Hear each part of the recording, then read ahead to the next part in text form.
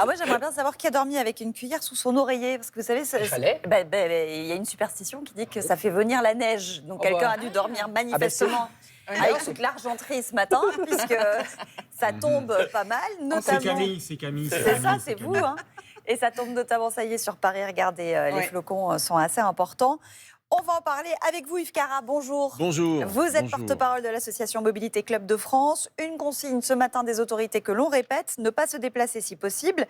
Est-ce que ça veut dire qu'on conduit mal, qu'on est mal équipé, que les routes sont inadaptées, ou les trois à la fois? C'est un peu tout ça, mon colonel. C'est ça, hein. Voilà, ça ressemble un peu On tout va ça. rentrer dans les détails. Mais c'est vrai que la nature vient passer la deuxième couche. Hein. La première, hier, n'était pas encore sèche, et là, on en met une deuxième. J'ai vu qu'il y avait des pluies verglaçantes, notamment là, pour tous ceux qui nous regardent. On ne plaisante pas avec les pluies verglaçantes. On ne peut rien faire. Ça veut en dire voiture, à moins d'avoir des clous et d'avoir un petit pilotage rallye, on ne peut pas passer. Et c'est le piège parfait. On roule, c'est glacé, on entre dans un sous-bois et on part en glissade et on ne peut rien faire. Donc vraiment, il faut être attentif là. 5 personnes au moins, Yves, sont décédées dans des accidents de la route. On a battu hier un record de bouchons à 1000 km autour de Paris. Malgré les alertes, malgré les opérations de salage sur les routes, on a l'impression que dès qu'il neige, c'est le drame.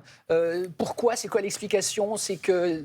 Déjà en Ile-de-France, c'est quand même, on est une population très dense. Donc évidemment, tout est amplifié. On avait 1000 km rien que sur l'Ile-de-France. C'est une conjonction de plusieurs choses. D'abord, effectivement, une prévention. Alors, tout a été fait, on a salé, mais c'est jamais assez, bien évidemment. On a bien salé, enfin, les routes sont bien... Oui, on a bien salé, mais en plus, c'est au mauvais moment. Il a commencé à neiger en milieu d'après-midi. Donc, on est parti avec la voiture le matin en se disant, ça va passer, puis ça passe pas, parce qu'on n'est pas bien équipé. Donc, justement, c'est le deuxième point, l'équipement.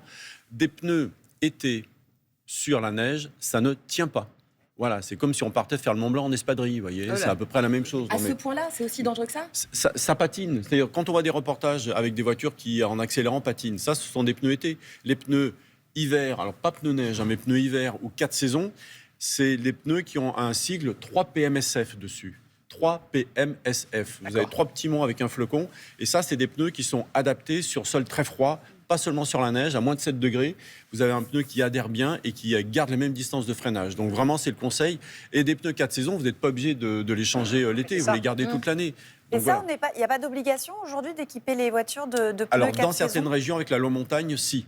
C'est pas sanctionné encore, mais il y a des obligations. Mais ceux qui habitent en montagne, ils ne se posent pas la question. Hein. Dès que l'hiver arrive, soit ils ont les pneus hiver, uniquement hiver, et après ils remettent leurs pneus été, soit ils ont les pneus 4 saisons. Mais ça vaut le coup, vous nous dites, même si on n'est pas dans une région exposée et qu'ils vont peut-être servir 2 ou 3 fois dans l'année, ça vaut le coup quand même? Non, pas seulement 2 ou 3 fois dans l'année, parce que, comme je vous l'ai dit, sur un sol froid, à moins de 7 degrés, le pneu continue d'adhérer. Je vais vous prendre une image. Quand vous avez un chewing-gum, quand il est froid, il adhère pas. Ça, c'est le pneu été sur la neige. Quand il est un peu chaud, il adhère, il colle. Ça, c'est le pneu hiver avec une gomme plus souple. Voilà, c'est pas plus cher, Yves, les pneus 4 saisons? C'est un tout petit peu plus cher, 10-20 euros par pneu, mais bon, ils font 50, 60 000, voire un peu plus de kilomètres. Il faut prendre de la bonne qualité. Voilà, on a un constructeur français du côté de Clermont-Ferrand qui est très très bien, avec des pneus de qualité. En 4 saisons, ça passe bien. Puis le troisième point, c'est aussi la formation.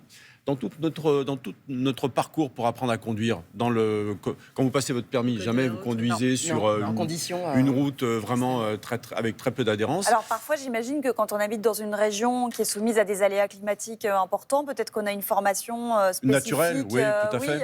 Et puis qu'on a les réflexes, effectivement. Si on n'a pas des pneus adaptés, on peut mettre des chaussettes synthétiques. Vous savez, juste le temps de se déplacer, d'aller faire les courses. Je pense qu'il n'y en a plus beaucoup disponibles dans les magasins. Je pense qu'effectivement, ça a dû bien partir, mais ça coûte quoi? Entre 50 et 70 euros, vous les mettez dans votre coffre, tranquillement. Ça prend pas de place.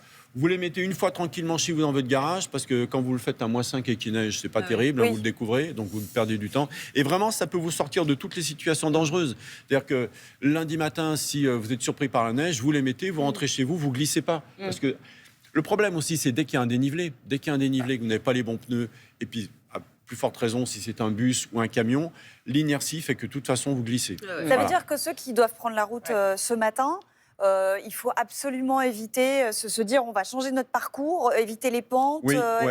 C'est le conseil qu'on peut donner aussi. S'il y a des grands dénivelés, faites un parcours pour rester le plus plat possible et de préférence sur les grands axes. Voilà, parce qu'en général, ils sont. Oui, parce qu'on voit bien que le salage a été fait, mais surtout éviter les dénivelés. Hein. Ceux qui habitent sur un plateau qui doivent descendre, là, vaut mieux pas prendre la voiture.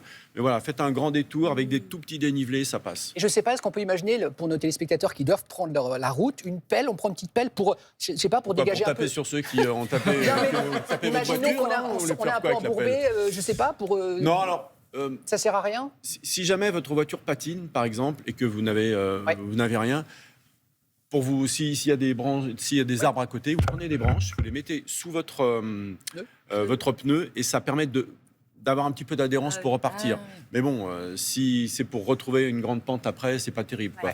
Donc voilà, pas équipé, n'y allez pas, quoi. Dernière question, il y a un pont derrière vous. Je crois que ça fait partie un peu des pièges quand... Bien, tout à fait, Maya, exactement. Quand il neige. Pourquoi les ponts? Parce que vous avez de l'eau. Il y a de l'eau en dessous. L'eau refroidit.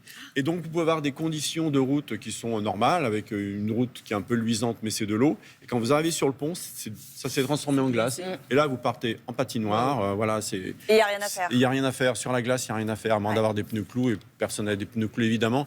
Et dans les zones d'ombre aussi.